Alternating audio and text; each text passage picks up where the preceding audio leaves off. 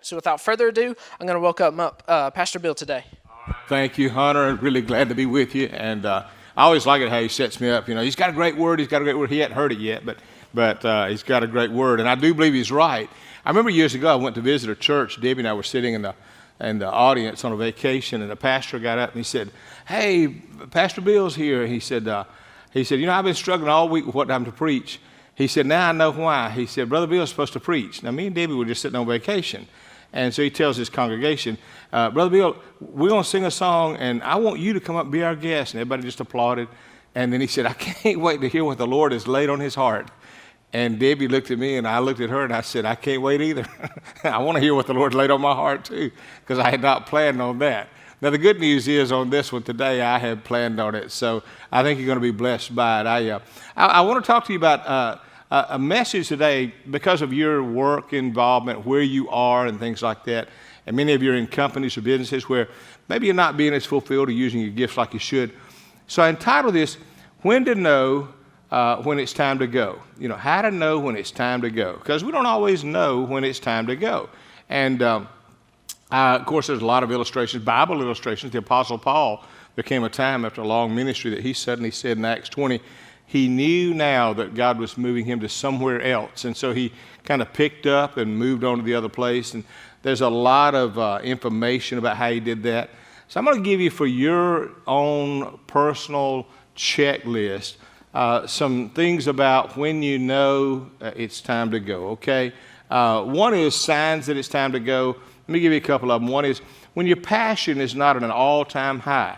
You know, if your passion is waning, the fire is burning down, just admit it. Just say, I don't love it anymore. I used to really love it. I used to be thrilled about it. I used to just get up going at it, and I couldn't believe the day went by so fast. And at the end of the day, I said, geez, I didn't get all I want done, but I can't wait. And you take it to bed with you, you sleep on it, you think about it. That's when your passion's high. But when you don't have any passion anymore, when suddenly it's all gone, that's one of the indications. When your vision is no longer compelling. It is, there was a time that you were eating and sleeping the vision. And everything you saw gave you an idea to add to your vision. But now the time comes that you no longer are concerned about that, or that vision doesn't seem to rattle you or excite you. That's another sign. Number three is when it just becomes a job. When all of a sudden it's just a job. It means nothing more than a check. Number four, when you can make excuses and accept them easily, you just know it's pretty much time to go because the work no longer has the number one passion of my heart. Number five, when making a difference is not a priority anymore. Sometimes you can say, well, I'm in this area or I'm in this job, but it's not really the big deal to my life whether they buy the product or whether they need the product or whether they even get the product. It doesn't matter to me anymore. It's just not a priority, and that's one way. Here's another is when you can do other things on the side, like moonlighting, okay? A lot of people have a job, and they're getting paid full-time for one job, but they've got all these other little side jobs on the other end.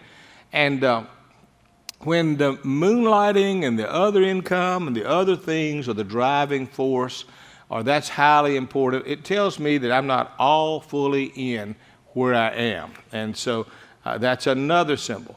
Another is when you're no longer driven by the values of the organization. If the values of that organization don't excite you, if that's not something that you want to aspire to, if it no longer appeals, that's a good sign. Another is when you're comfortable. When you just get to where you say, I can just go to work and it doesn't even feel like any stress, any pressure, any incentive.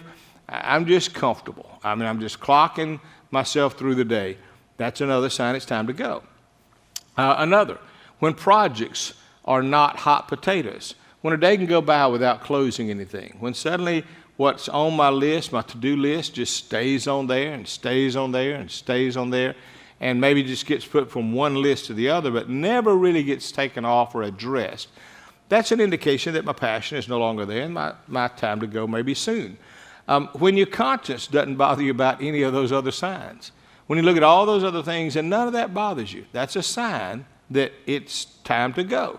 Another is when you're no longer growing personally. Now, I do believe that this is a key to how long you stay in a job. But if you're no longer personally growing, you're not helping the organization. You're certainly not helping you. And one day, you're going to find yourself as a drag on all the other team members. And so personal growth has always got to be that issue that I'm constantly growing, I'm constantly learning, I'm constantly having to take in enough. And I've found this here, the real mega stars in whatever field, whether it's music, whether it's in leadership, whether it's in politics, whatever their field is, the very top people are people that you'll always find. You won't see them without a book in their hand, without learning something, without trying to grow. Every one of them. I was reading the other day about a guy that I did not know, but he was a highly successful businessman. And his wife said he was always like a student in school. And he was in his 70s then and was a billionaire and all the rest. But I remember that his wife's statement about him was, even to this day, said he couldn't stop learning. And so that tells you a lot. And then on top of that, when your growth opportunities or when your opportunities for growth are over, when you no longer have an opportunity in front of you that you say, I can continue to progress, maybe my business or my company, there's just lids there that say you're maxed out, you can't go any further, that may be a good sign that it's time to go. And then the last one along that line is when you're moved laterally all over the organization, but you're not moved up, okay? This is a sign that a person has basically stayed in that position too long. The job outgrew the person, outgrew their skills. And sometimes there are good employees that they just move around all over the team. You were here one day, over there next day, over there one day. But there's never really upward movement. It's just always moving around because somebody doesn't want to let them go because they added value at one time, but at the same time, they're not adding value now. Those are all indications that maybe I'm not the right fit anymore. Maybe I'm not supposed to be here anymore.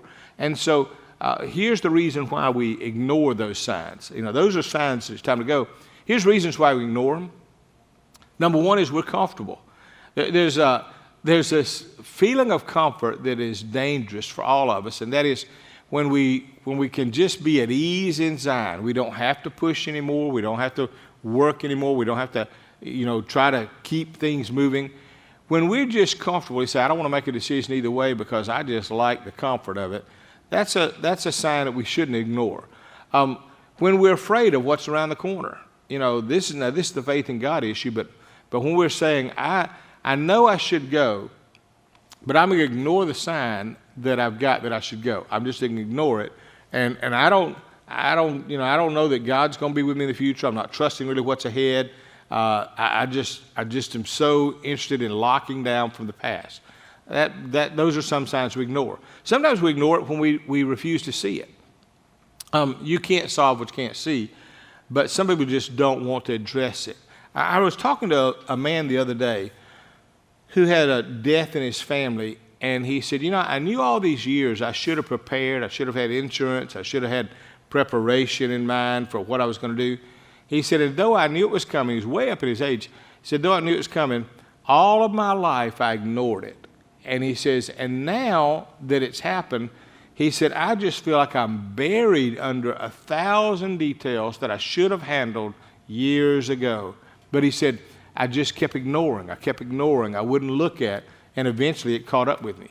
And the same thing is true in a job. But if you're in a role where you feel like that I'm just bored, I'm just over my head, or I'm frustrated, or I don't love it, or I know I should be going, can I help you? The people around you probably know it too. They probably see it. They probably realize the team would be better or you'd be more fulfilled somewhere else. And just because you don't see it don't mean others don't. But there comes a day you do have to face that. And then when we think admitting it's time to go is a weakness, it's actually a strength. It's wisdom. I can recall one time in my life where a staff member came to me and he said, Pastor, I believe God is leading me away. And he said, and I don't know where to go or what to do, but I just sense I'm no longer supposed to be a part of this mission. And he said, what do you suggest? And I sat down with him and said, let's take our time. Let's pray about it and think about it. And sure enough, about a year later, he stayed with me another year through that time, still knowing that one day he'd leave. And about a year later, I happened to be somewhere where they had a need for somebody just like him. And I told him about him. He moved over there. It turned out to be a great situation. It was wise of him to admit, I'm no longer as productive or as bought in. It was wise of him to see that and to be honest, just tell you. I think when people go out looking, if you've got a job and hopefully you can talk to your boss, your employer, supervisor, whoever, be up front and let them walk with you through the process. If you don't do that, what happens is one day you blindside everybody and they say, well, I didn't know you were so unhappy. And so it's really a sign of strength, not weakness, to admit it. Now, what are the benefits? What if you do go? What if you say, okay, I know I need to. I've been waiting long enough. I'm standing on the diving board, haven't leaped off. I've been thinking about it, go to work miserable all the time, but I want to go. What could I look forward to? Well, let me give you a couple of things. One is new opportunities. You get some new opportunities. That's what's going to inspire your faith some. That's what's going to be enjoyable to you. That's where you're going to grow again. New opportunities are good for us. The second is you get new personal growth. You'll decide then that I really want to grow, that I really want to make the steps to learn how to take over this job. I talked to a guy the other day, spending a job for 13 years in one area. He's been needing to go for at least 5 of those. And every time I talk to him, he's miserable. And the other day, he stepped off. Finally, after a long time, he stepped off. And he's got the other job. And in the conversation with him, when he was telling me where he was going, he was learning and all that stuff, I had to interrupt him and said, I haven't heard you this passionate in years. For years, I've heard you miserable. And now, even though what you're learning is all new to you and you're older, I got to be honest with you, I haven't heard you this excited about anything in years. And it was his personal growth. And so there's new opportunities, new personal growth. There's new experiences. You'll get new experiences that you wouldn't get with the next job. You may get to travel some that you get to see. You may get to meet people you haven't met. You may find some things that you've always wanted or been intrigued by. And so you get some benefits of opportunities, your own personal growth, new experiences. I love this one. You also get to renew your dependence on God. If I'm going to be at the stage where it's time to go, when I step out, now I'm going to hold on to God's hand probably tighter than any other time. So you'll get to renew your relationship with God because you're going to pray more, you're going to be dependent more, you're going to listen more, you're going to be much more in tune with God when you know you need to than sometimes you do when you have to. And then there's another opportunity, and that is it's the opportunity to use your past experience. Some of you are going to go into a role where they need exactly what you have. I knew a guy one time that left our staff that went to another role in another church. And he came in there, and here he was like a mid-level player. He wasn't there a month. He was like their A player. I mean, they were loving all the insight and information he brought. And he even told me, he said, Pastor, I just took all the things I've learned here and went over there, and to them it was brand new. And immediately he just moved up a higher level in the eyes of people and all the rest. So it was an opportunity that he had to take experiences that he'd already gained and put them to practice in a place where they needed them. And he was very well received because of it. So it turned out to be a huge win for him. And then there's the lifting of a lid in your own life. Your lid goes up when you step out. And the goal in your life is to make certain that there's not any lids on our potential, on our future. Take those lids off as best you can. It's always scary, but that's what you do. Now, and we're all in that level, okay? I'm in that same a little bit. I'm dealing with, I've been pastoring all these years. I'm very comfortable with it. Then I've been co-pastoring the last few years. And I've been looking at what's God doing and what doors is he opening, and I'm trying to listen. And so I understand the transition part of what exactly are we doing, and are we doing this right? Because literally it's like a dollar bill. You only spend it once. Your life like that, you spend it once. Now you get to decide where you spend it, but you can't get it back after that. So I want to make certain that I do it right. So a lot of these lessons I'm looking at in my own life and saying, how does that apply to me? And I hope you'll do the same with you. Now let me give you this along the line of, it's really important to put in here, we talk about time to go, because of this. Some of you are in employee positions, and you're the boss, or you're the owner, or you've got the company, and now you've got a string of employees. And you want to know, do I let people go? Do I move them over? What do I do? Let me give you a guideline that I got from Jack Welch years ago, and it's the 4 types of employees. And here they are. Number one, the first one is they hold this is what I call the A player. He holds the values of the organization and they're high performers. That is that they buy into why you do what you do, and they also can perform. They can produce. You give them the ball, they can score. So they have both the values and the performance. Number two, the second one, the B-level player, is they are high performers, but they don't live out the values. That is, they may not live the values or believe in the values. They may cut corners, take shortcuts. They just want to win. But they can produce. They can bring the goods. They are very good. So that's a B level. Number three is the C level. They're not high performers. They don't knock it out of the park every time they get up to bat. But they do live a good, consistent life. They're a good example of the company or the church or whatever. They model the values. They're good people. They're the kind of people you would trust with your wallet or your wife or your kids. They model values very well. They just don't knock it out of the park every time they perform.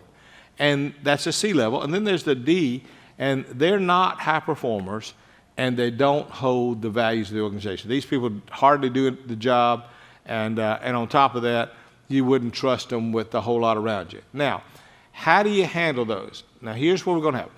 The four, the D level, needs to go. Obviously, there's no place on a team for somebody who can't perform if they're being paid to perform, and if they don't hold the values. If you don't trust them, there's no reason to have them in the team. So that's an easy call. You take that person, you say, okay, they're no longer a fit here or not a fit here, and that's an easy call. Now, here's where the harder calls come. The number two one, the high performers that don't live out the values, let me tell you about those. Those are people that need to go. Believe it or not, they may be your top salespeople. They may be the people that are bringing the most goods or getting a lot of attention. But if they don't live out the values, there'll be a day that they will burn your house down.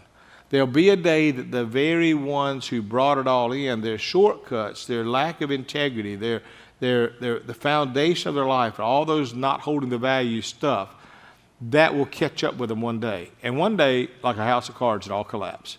I had a guy here one time, years ago. I let him go after 1 month. He came on our staff from 2 large mega churches.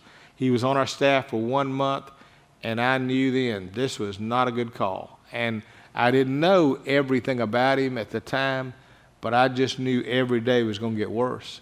So I was generous with him and moved him on. And I never regretted that, never looked back. He went from me to another place. He had a great resume. He got to another place. Of all things, the last 2 places he was at, both their leaders contacted me when I let him go and said, we should have done that years ago. We just didn't want the fallout. And after I let him go, he went to this other place. He was there like 6 months. He blew it up, caused all kind of problems. He could produce. He could sell. He was winsome. He could get a crowd. But the problem is he had bad values. He had bad morals. And in time, that'll hurt you. Now, I know that's hard for some of you because you say, well, that's my top producer. But the question is, do you trust them? Do you believe that they have the best interests of the company or you in mind? And if they don't, you're better off dealing with that situation on the front end than to wait till it bites you back. I know we think, well, if I get the prophets, they'll eat up everything the prophets ever did. Okay, so be very careful. So the B player, though it looks good on the outside, is not the one we want. Now, the C player, that number 3, they're not high performers, but they model the values well. Let me tell you about those. Those are good people that may not be the best for that role. It may be that they were at one time. It may be that they were very productive at one time. But they're still good people. They just can't perform at that level. My suggestion is to try to keep them, to train them, to teach them. And if they can't grow in that role, if you have another role they can step into, that one works well for them. They get a win. They're not put out or thrown out. They're respected and rewarded for having the values. They just have to be worked at or put in the right place where they can perform well. So your A's or your 1s and your 3s are the 2 you want to keep, and the other 2, the 2 you want to go. So those will make it work for you. Now, let me tell you what's cool about that. When I tried that years ago, I had several people with me, and I said, okay, let's write the name of all the team that we had, and let's take a box. And we had A, B, C, D. And I had the names of every staff on a card, an index card. And I said, put on the card A, B, C, D on every card. And then you throw it in the box it belongs in, the high performance and values, the high performance, no values, the low performance, and yet high values, the no performance, no values. I said, I want y'all to put those on the names. Drop them in the box. Here's what's cool. Among 4 of us there, I opened up the box and started looking. Everybody that I saw should be an A player. They saw the same thing. They were A players. Everybody that I saw was a B player. They saw as B. Everybody I saw was C. They saw the same names were in every single box. Every one of them, consistently. And I told a friend about that, and he went back and shared it among his team, and he had a company, a business, and he did the same thing. And he said, Bill, I found the same thing. He said, among all ours, everybody around the table knew what box somebody fit in, which told me this: everybody knows. We think sometimes we're the only ones that see it. No, they all see it. People that work around other employees, they see, are they performing? Do they have the values?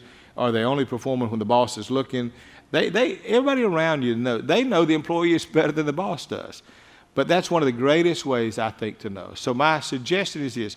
I know it's not something comfortable when you think about leaving, but I do believe for their life, for the company's life, the church's life, whatever, it's best that everybody know where they are, where they're supposed to be, give their best to what they're doing, and be sold out to it, or find the place they can be. So that's why it's important to know when it's time to go. Let me pray a prayer of blessing over your life for a moment. Father, thank you for everyone today who's listening. God, give us wisdom to know the things around us, the circumstances, the opportunities, the leadings and promptings that you have for us. Help us to be very alert to your voice and to where we're supposed to be in our calling and at this stage and season of our life. And for that, we'll praise you in Jesus' name. Amen. Thanks so much. Great to be with you.